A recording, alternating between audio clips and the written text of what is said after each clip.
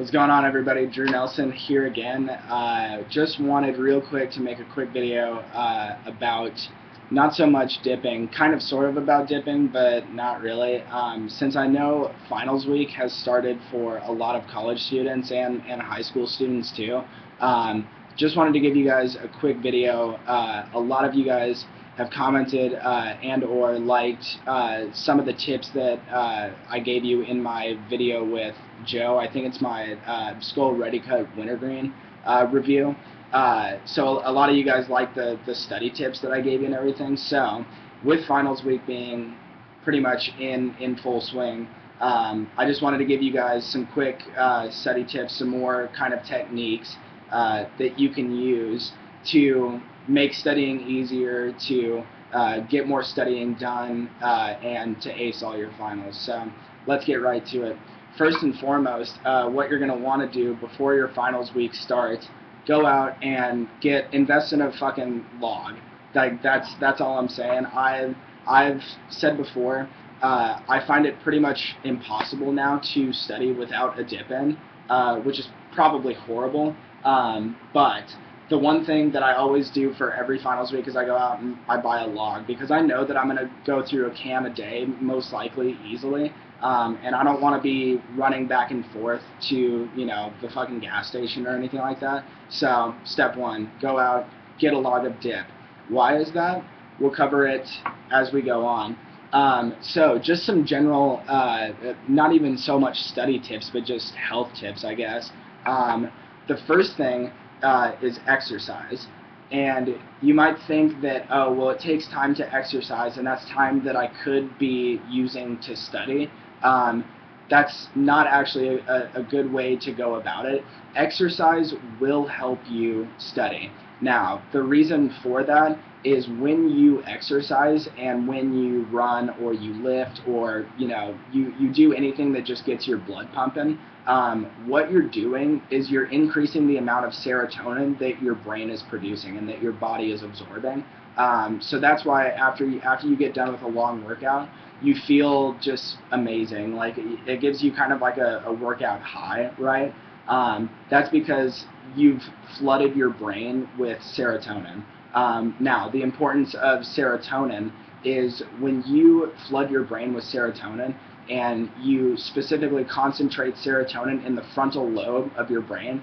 The frontal lobe of your brain is part of the center that processes, that has to deal with processing speed, and it's the part of your brain that has to deal with motivation. So that's why when you hear about people, going on Adderall or, Vyvanse binges for finals week, what Adderall and Vyvanse do is they both concentrate serotonin in the frontal lobe of your brain. So it's kind of like a shortcut. And they do it to the point where I can't even describe it. It pretty much, they do the work for you. Like if you take an Addy or you take a Vyvanse or something like that, and you've never taken it before, you just feel like you have to do something. So that's why that happens, because there's so much serotonin in the frontal lobe of your brain that you are just so motivated, like you just want to get shit done. So if you don't have a prescription for Adderall or Vyvanse, which I highly recommend not taking any of that stuff unless you have a prescription for it, obviously, just because there's some negative side effects that can come out of it, mainly dehydration. If you've ever taken a Vibe before, let's see, because I took a 50 milligram one time, and all I remember is just that my mouth was so fucking dry, but I didn't feel the need to drink any water, even though I knew I should have been drinking water. So it kind of has a equal and opposite reaction type thing. And let's see, just because I really fucking want to right now, let me throw in a dip real quick, because after all, this is a good study technique. I'm not gonna lie. When I was talking earlier just now about serotonin, what dipping does is the same thing that what working out does.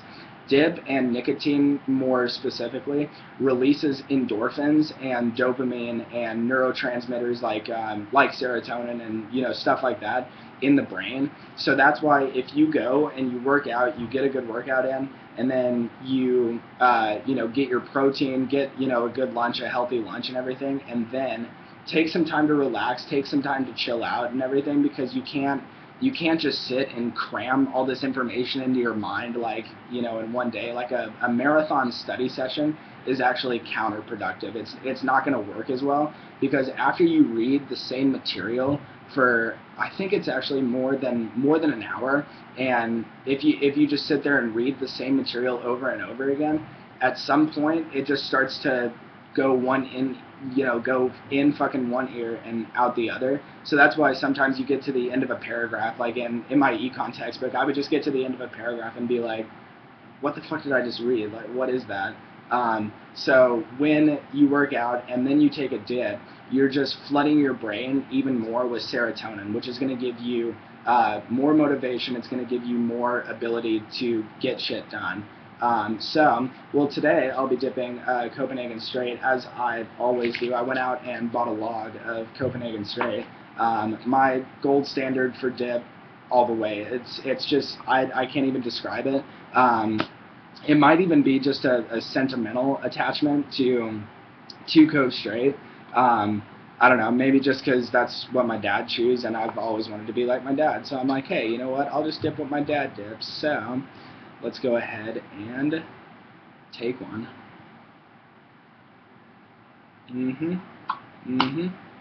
All right. So some more study tips. I found, and if I know you, like if you're watching my videos and you're one of my fucking residents or something like that, I'm in a yoga class right now. Well, our final was actually last week. And in that yoga class, we do like some meditation, like kind of some deep relaxation, stuff like that. And I've found out that after like a yoga session, like you get a good workout in, because yoga is actually a really fucking tough workout. If you've never tried yoga, give it a shot. It's fucking amazing. Like I love yoga. But after you get done with that and then you meditate, all you're doing with the deep breathing that normally is associated with meditation, what you're doing is you're flooding your bloodstream with oxygen. That's a good thing. You want your bloodstream to be as oxygenated as possible, because it's going to increase circulation. It's going to increase the amount of good blood that is getting to your brain and to all the other extremities of your body. The other thing that you can take, mainly because getting a good night's sleep, if you study a lot and then go right to sleep, or you take a nap after you study, odds are you're going to remember stuff a lot easier. The reason for that is when you study something, say I were to study for something right now, it's almost 10:15 in the morning. If I were to study for something right now, and my test isn't until 4 o'clock or something like that, and if I were to study for about an hour until 11:15, and then go out and do something else not related to what I was studying, then odds are the stuff that I just studied is going to interfere with the information that's coming in with the shit that I'm doing, then. So the signal just gets muddled. The best way to counteract that is to study right before you go to bed, because then once you have that stuff stored in your mind and it's kind of like swimming around and everything, and then you just go right to bed, you're not kind of interfering with the signal, interfering with the memory encoding process by filling your mind with extra stimulation. You're just like letting it digest for the night. So definitely taking a nap or going to sleep right after you study, or studying right before you go to bed. That's another good tip that you guys can use. In order to properly sleep, I guess you could get a good night's sleep if you just timed your circadian rhythms correctly. Circadian rhythms are pretty much your waking sleeping cycles. Your sleep cycles go in cycles of 90 minutes. So at 90 minutes you've like entered deep sleep, and then 90 minutes later you're in kind of like a light sleep, and then 90 minutes later you're up here again, and then it just keeps going on and on. Well, 4 to 5 cycles of 90-minute deep sleep sessions are what's considered a good night's sleep. So that's why 8 hours is generally the recommended amount of time that you should be sleeping. But theoretically, you could just time your waking and sleeping cycles to the point where you're waking up at the very bottom of this kind of trough of sleep waves that you're going through. So if you time yourself to where you're not waking up here in a deep sleep, that's why like sometimes you feel fucking tired and groggy as shit, and other times you wake up at the bottom of a sleep cycle and you feel really fucking refreshed and, you know, amazing. If you can time yourself to wake up down right here, then that'll be good. That'll give you a good night's sleep. Two things actually that help me at least, and that I've researched that really help me with maintaining a regular sleep cycle are the supplements melatonin, and this, I'm not endorsing Nature's Bounty in any way, they were just the cheapest fucking brand at Walgreens. So melatonin is one. It'll pretty much just help you regulate your sleep cycles. It'll make it more constant and easier to predict. It makes it easier to wake up in the morning, pretty much. And let's see, what else about melatonin? Oh, you have some crazy fucking dreams when you're on this stuff. Not like to the point of being scary, but your dreams are just more vivid, is what I found. And then a precursor, another thing that you can take throughout the day that is a precursor to melatonin, it's converted to melatonin in the body, is this stuff, 5-HTP. And what 5-HTP does is just regulate the amount of serotonin in your brain. So it pretty much helps with, like, sometimes you have fucking mood swings, right? Like, you feel really, really good, and you feel like you can go to the library and study, and then other times you're like, fuck that, like, I don't want to do any of that, I just want to sit in my room and play duty or something like that. The 5-HTP is a good way to keep you just even keel, and just keep your mood at a good medium state, so that, you know, you can go fucking study and you don't feel like you're on this roller coaster ride of mood swings and everything. So those two supplements are probably two of my biggest recommendations. The other two that I really like to take, I put one of these in like a bottled water before I go to bed every night, and then I just drink it as soon as I get up in the morning. This is Emergency. A lot of you guys have probably seen Emergency or Airborne or some other vitamin supplement like that, that pretty much provides, let's see, 1,000% of your daily recommended vitamin C. So what vitamin C does is it increases circulation, and it's an antioxidant. So it's just going to give you a general feeling of well-being. And it's always good to have kind of a good regimen of vitamins and minerals and all that kind of stuff set up. So I really, really like this stuff. It helps replenish electrolytes too, so you're going to be feeling more hydrated, just better about yourself, I mean, for the most part. The other one that I take mainly before I go work out, because it's a precursor to nitric oxide, I think, is L-Arginine. L-Arginine is also a precursor to testosterone. So this will not only give you like a fucking bigger dick, I guess, I don't know, but when you take this stuff before you go work out, it increases your blood flow even more, meaning that when you work out and you have more serotonin in your blood and you increase your blood circulation, then this stuff is the way to go. You're increasing blood circulation to your brain, to everything else, as I said before. So those are just some supplements that you can take.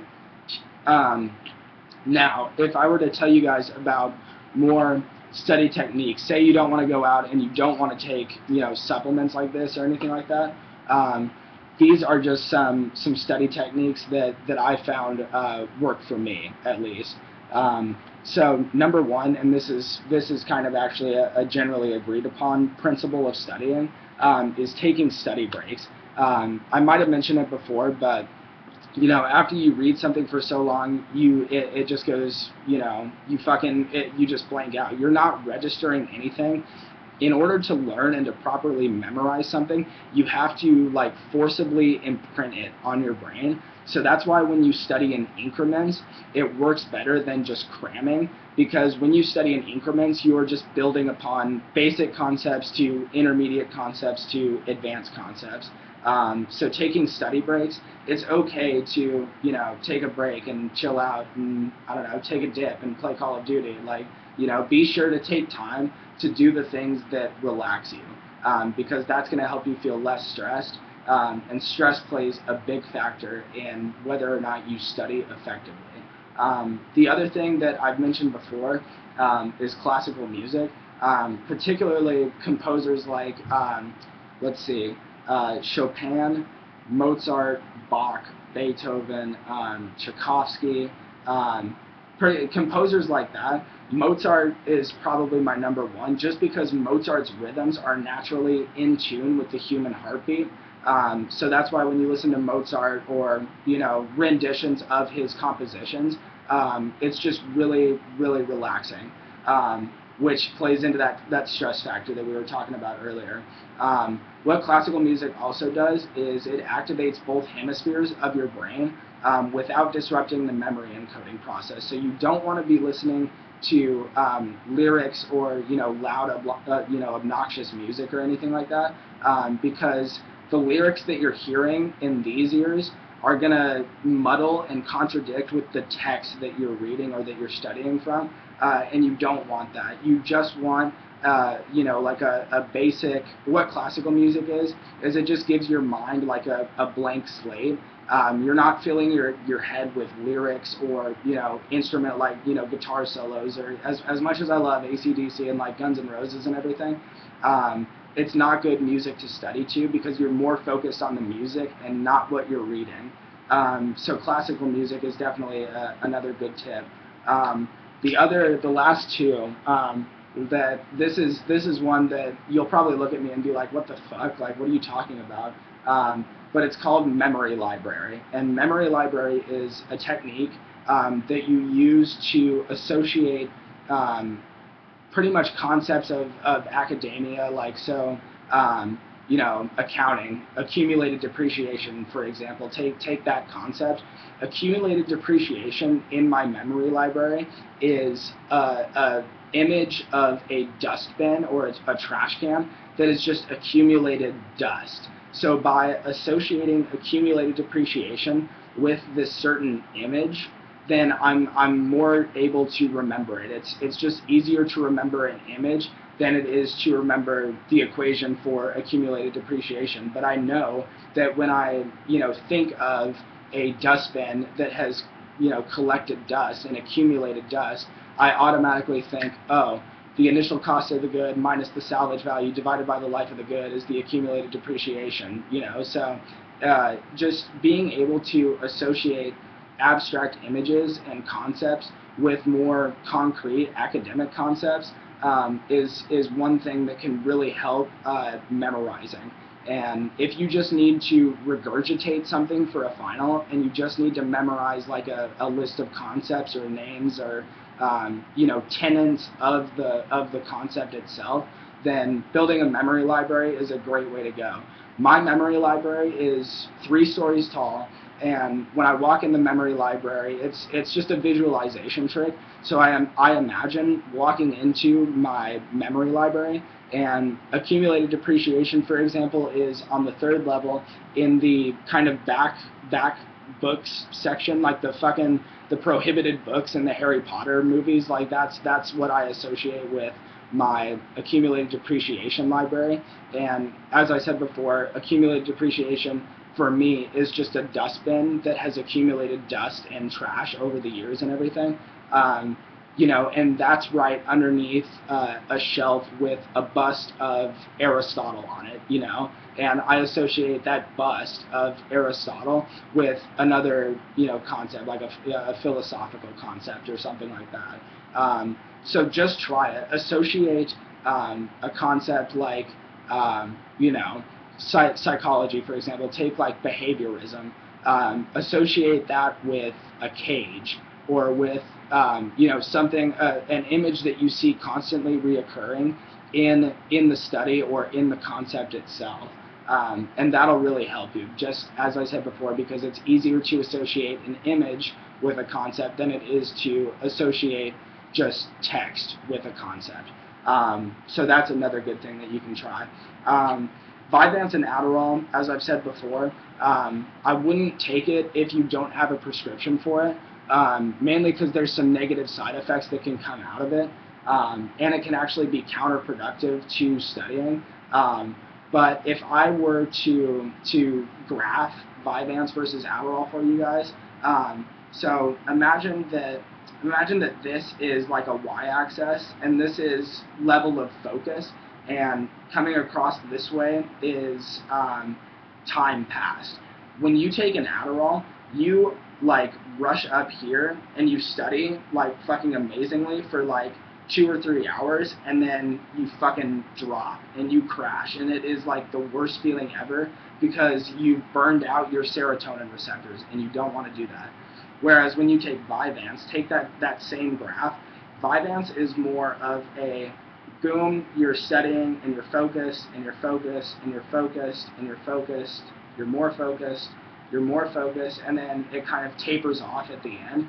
Vyvanse is just a lot more chill than Adderall, for lack of a better term.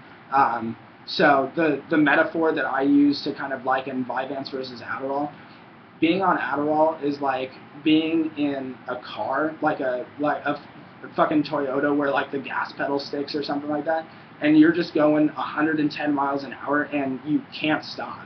You're really, really focused for 2 or 3 hours, but you just can't stop, and then you fucking crash and burn. Whereas Vyvanse is more like taking like a BMW or like a sports car or something like that, and just driving at a steady rate on the interstate. And then say you need the power to, I don't know, get up and study for one class or the other. Metaphorically, you need the power to pass like a semi-truck or something like that. Vyvanse works by the same way as Adderall, but it's just a lot more chill. So it's almost like the power is there, and you can just call upon it and pass whenever you like. So that's kind of like Vyvanse versus Adderall. Again, if you don't have a prescription, don't take it, because it could be counterproductive to your whole study goal. And the last one, most importantly, as I mentioned to start the video, dip. Dip increases your blood circulation. It increases the amount of blood that is rushing to your brain, to all the other extremities in your body. It also releases serotonin, as I said before. So keep in mind that serotonin seems to be the common denominator here. If you can work out, maintain a healthy diet, listen to calming music, take a Vyvanse or an Adderall or something like that, obviously only if you're prescribed it, and then take a dip, you're just increasing the amount of serotonin that is rushing to the frontal lobe of your brain. Exercise helps with that, having a healthy diet helps with that, and getting a good night's sleep also helps with that. So I should probably, in the fucking study tips video, I thought this was going to be like a 7-minute video, and I was fucking very wrong. But hope you guys are doing alright. Use some of these tips to study for your finals. If you have any other questions, just feel free to let me know. And following finals week, I will be going home officially less than a week from now, actually. So I'll probably be doing some more dip reviews either later in the week or later on when I get home and I get a chance to get my friends in some of my videos. So thank you guys for watching, and keep on dipping.